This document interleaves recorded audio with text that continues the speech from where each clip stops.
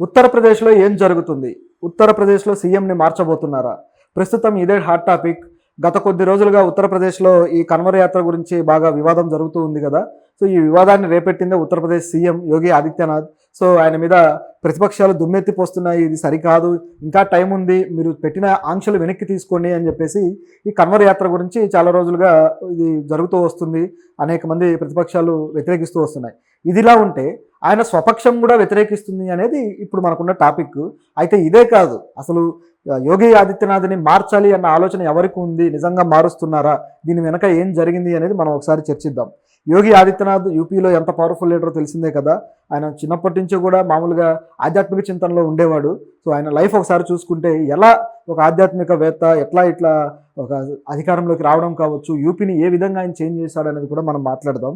అయితే ఈ చేంజెస్ అన్నీ కూడా ఆయన ప్రయోజనానికి లేదా ఆయన అభివృద్ధికి కాకుండా ఆయనకి నెగిటివ్గా ఎలా పనిచేశాయి, ఆయన్ని తిరిగి మళ్ళీ ఆయన ఎక్కడికి నుంచి వచ్చాడో మళ్ళీ అక్కడికే పంపించే ప్రోగ్రామ్ ఎందుకు పెట్టుకున్నారనే చర్చ ఇప్పుడు బయలుదేరింది. సో దీని గురించి మనం ఒకసారి ఆలోచిస్తే, ఈ యోగి ఆదిత్యనాథ్ చిన్నప్పటి నుంచి కూడా ఒక ఆధ్యాత్మిక తరంలో ఉండి దేవుడు ఇట్లా ఆయన ఒక మతపరమైన ఒక పూర్తి స్థాయి ఇదిలో నిమగ్నమై ఉండేవాడు. సో అట్లా ఆయన ఎదుగుతూ వచ్చాడు. మొత్తానికి రాజకీయాల్లో నిజానికి ఆయనకు పదవి వస్తుందని ఆయన అనుకోలేదు అసలు. నిజానికి అప్పట్లో ఆ టైంలో బీజేపీలో ఉన్న బీజేపీ రాష్ట్ర అధ్యక్షుడు కేశవ్ ప్రసాద్ మౌర్య, సో ఈయన తను సీఎం అవుతానని చెప్పేసి ఆశపడ్డాడు. కానీ ఎప్పుడైతే యోగికి ఛాన్స్ ఇచ్చి యోగిని ఒక హిందూయిజం సింబాల్గా నిలబెట్టి బీజేపీ ఆయన సీఎం చేసింది, దాంతో ఒకసారిగా కేశవ్ ప్రసాద్ మౌర్యకి దిమ్మ తిరిగిపోయింది. సో ఆయన ఇక ఓకే నేను సెకండ్ పొజిషన్లో ఉన్నాను అని ఆయన అర్థం చేసుకొని వాస్తవాన్ని ఆగిపోయాడు. కాకపోతే అన్ని ఆశలు పెట్టుకున్న వ్యక్తి ఊరికే ఉండడు కదా. సో ఆయన వేరే చక్రం తిప్పడం మొదలుపెట్టాడు ఈ దాదాపు ఒక 10 ఏళ్ల తర్వాత. సో అదేంటనేది మనం చర్చిద్దాం. ఇటువైపు చూస్తే యోగి ఆదిత్యనాథ్ సీఎం అయిన తర్వాత యూపీ రూపురేఖల్ని చాలా వరకు మార్చాడు. అయితే దీంట్లో మంచిగా మార్చినవి కొన్ని ఉన్నాయి, ఇట్లా వివాదాలు చేసి లేనిపోయిన తలనొప్పులు తెచ్చినవి కూడా కొన్ని ఉన్నాయి. ఇప్పుడు ఒక సీఎం అనే వ్యక్తి ప్రజల శ్రేయస్సును దృష్టిలో పెట్టుకోవాలి, మత ప్రకారం వెళ్ళకూడదు కదా. ఇంకా ధర్మాన్ని కాపాడాల్సిన బాధ్యత వాళ్ళకు ఉంది అని మత ప్రకారం ఫీల్ అయినా అది ఒకవైపు చేస్తూ ఉండి కూడా ప్రజా శ్రేయస్సును దృష్టిలో పెట్టుకుని మతాల మధ్య కలహాలు వచ్చేలాగా చేయకుండా ఉంటే బాగుంటుంది. కానీ ఈయన చేసే కొన్ని పనులు ఏమైనాయంటే ఆ విధంగా పరిణమించాయన్నమాట. ఒకవైపు మంచి చేస్తూ వస్తున్నాడు, మరోవైపు ఇది కూడా చేస్తూ వస్తున్నాడు.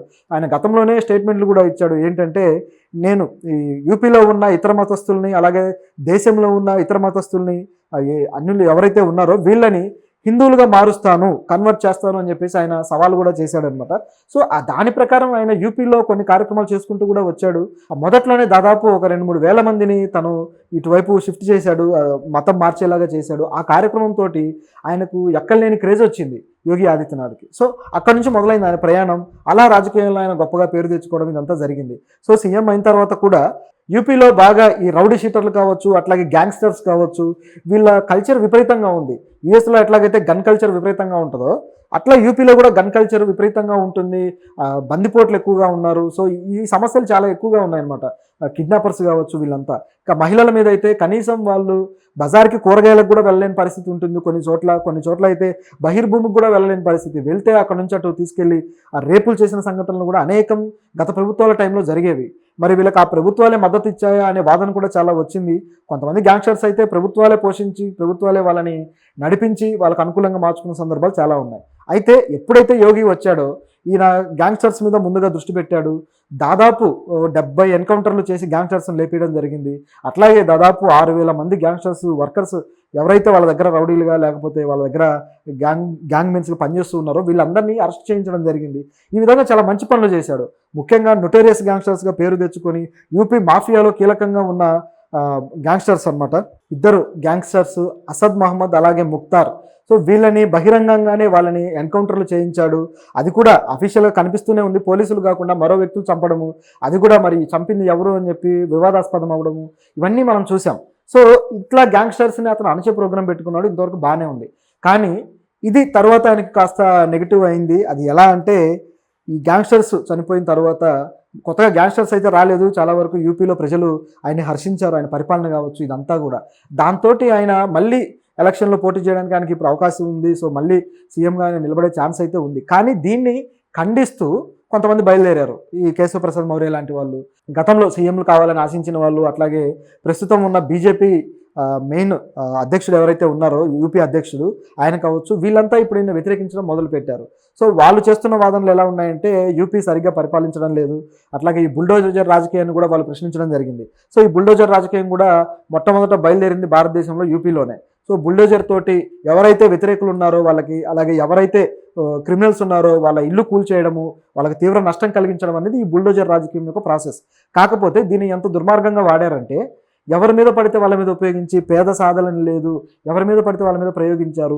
ముస్లింల మీద ఏదైనా చిన్న ఆరోపణ వస్తే చాలు, విచారణ లేకుండా, అరెస్టు లేకుండా డైరెక్ట్గా వెళ్ళిపోయి బుల్డోజర్తో కూల్చేయడం, ఇంత అరాచకం జరుగుతూ వచ్చిందనమాట. సో ఇతర మతాల వాళ్ళ మీద ఇంత అక్కస్ ఎందుకు అని చెప్పేసి ఆ రోజుల్లోనే ఆయన మీద విమర్శలు వచ్చాయి. అవన్నీ కూడా ఇప్పుడు ఆయనకి కొద్దిగా బూమరాంగ్ లాగా తగులుతూ ఉన్నాయన్నమాట. అంతే కదా, ఏ రోజైనా సరే ప్రజల శ్రేయస్సు కోరి పనిచేసినప్పుడు ఒకలా ఉంటుంది, లేదు ఇతర మతాలను ఇబ్బంది పెడతాను అనుకుంటే ఒకలా ఉంటుంది. సో ఈయన పెట్టిన ఇబ్బందికి ఇప్పుడు రియాక్షన్ ఇలా వచ్చింది. సో కేశవ్ ప్రసాద్ మౌర్య సీరియస్గా ఆయన మీద రియాక్ట్ అవ్వడం జరిగింది. ఆయన ఏమన్నాడంటే యోగి సరిగ్గా పరిపాలించడం లేదు, యోగి యూపీలో కొంత వివాదాలు సృష్టిస్తున్నాడు, అది ఇది అని చెప్పేసి వ్యాఖ్యానించాడు. అయితే ఈయనకు కూడా ఒక కారణం ఉంది, ఎందుకంటే తను సీఎం కావాలనుకున్నాడు, మిస్ అయిపోయింది కాబట్టి ఆయన కారణం చూపిస్తున్నాడు. అయితే ఇంత ధైర్యం ఎక్కడిది కేశవ్ ప్రసాద్ మౌర్యకి అని ఆలోచిస్తే మాత్రం వెనక మోడీ ఉన్నాడని చెప్పక తప్పదు. నిజానికి ఇప్పుడు ఈ వార్ అనేది ఏదైతే ఉందో, యోగిని దించాలా ఉంచాలా అని, ఈ వార్ అనేది జరిగేది యూపీ లీడర్స్ మధ్య కాదు, ఢిల్లీ లీడర్స్ మధ్య, ఢిల్లీ అండ్ యూపీ. మోడీకి యోగికి మధ్య జరుగుతుందన్నమాట ఈ వార్. ఎస్, ఎప్పుడైతే ఈయన హిందూ సింబల్గా ఒక గొప్ప లీడర్గా పేరు తెచ్చుకుంటూ వస్తున్నాడో దాంతో ఆయనకి ఇక పిఎం సీటు మీద కన్నేశాడు. ఎలాగైనా సరే పిఎం అవ్వాలని చెప్పేసి యోగి ఆదిత్యనాథ్ అనుకున్నాడు. సో ప్రజలు కూడా అదే భావించారు. బీజేపీ శ్రేణులు కూడా నెక్స్ట్ మోడీకి ఆల్టర్నేట్ ఎవరయ్యా అంటే ఇక యోగి ఆదిత్యనాథే. ఎందుకంటే మోడీ 2 టర్మ్స్ అయిపోయింది, ఆయన దిగిపోతాడు అనుకున్నారు అందరూ. కానీ ఆయన దిగకుండా మళ్ళీ 3rd టర్మ్ కూడా ఆయనే పిఎం అవడం జరిగింది. సో దాంతో ఒకసారిగా యోగి ఆశల మీద నీళ్లు చల్లినట్టయింది. మళ్ళీ ఇంకొక 5 ఏళ్ళు వెయిట్ చేయాలి. సో ఇప్పుడు పరిస్థితి ఏంటి అని ఆలోచిస్తే ఇక ఆప్షన్ ఏముంది, మళ్ళీ 5 ఏళ్ళు ఆగాలి, మళ్ళీ అప్పుడు ప్రయత్నించాలి అంటే మళ్ళీ అప్పుడు మోడీ వస్తాడేమో అన్న ఫీలింగ్ కూడా ఉందన్నమాట. దాంతో మరి మోడీకి ముందే ఆలోచన ఉందా, మోడీ ముందే డిసైడ్ అయ్యాడా ఏంటో తెలియదు, కానీ ఆయన ఇక ఎలాగైనా సరే యోగిని అలా సైడ్ చేసేయాలని డిసైడ్ అయ్యాడు. సో అందువల్లే ఇప్పుడు కేశవ్ ప్రసాద్ మౌర్యని తీసుకొని వచ్చాడు. అట్లాగే బీజేపీ యూపీ అధ్యక్షుడు ఎవరైతే ఉన్నారో ఆయన్ని కూడా తీసుకొని వచ్చాడు, దేవేంద్ర. సో వీళ్ళతోటి రాజకీయం నడిపించడం మొదలుపెట్టాడు. సో వీళ్ళు ఆయన క్వశ్చన్ చేయడము, ఆయనను కొద్ది కార్నర్ చేసే పని పెట్టుకున్నాడు. ఇప్పుడు ఈ వివాదం మీద కూడా ఆ వ్యతిరేకత బీజేపీ పార్టీ నుంచి కూడా ఒక వ్యతిరేకత విసిరే అవకాశం లేకపోలేదని వినిపిస్తుంది. ఏదంటే అదే ఈ కన్వర్యాస్ యాత్ర ఉంది కదా, సో ఈ యాత్రకు సంబంధించి ఆ దారులమ్మటి అన్నీ మూసేయాలి, ఆ ముస్లిమ్స్ ఏవైతే ఉన్నాయో ఆ ముస్లిమ్స్ రెస్టారెంట్లో పనిచేస్తే వాళ్ళ పేర్లు రాసి పెట్టాలి, ఈ విధంగా కొంత వివక్షాపూరితమైన వివాదాస్పదమైన రూల్స్ తెచ్చారు. ఈ రూల్స్ సరికాదు అని చెప్పి ప్రతిపక్షాలు విమర్శిస్తున్నాయి. అలాగే బీజేపీ నుంచి కూడా విమర్శలు రావడానికి రెడీగా ఉంది పరిస్థితి. ఎందుకంటే అలా విమర్శ తేవడం వల్ల యోగిని కార్నర్ చేసే అవకాశం మరింత దొరుకుతుంది అనేది ఇక్కడ మనకు కనిపిస్తుంది. అయితే ఇంతవరకు ఎవరు విమర్శ చేయలేదనుకోండి, కాకపోతే మరింత ముదిరి కాస్త ఏదైనా అల్లరి జరిగే అవకాశం ఉంటే మాత్రం వెంటనే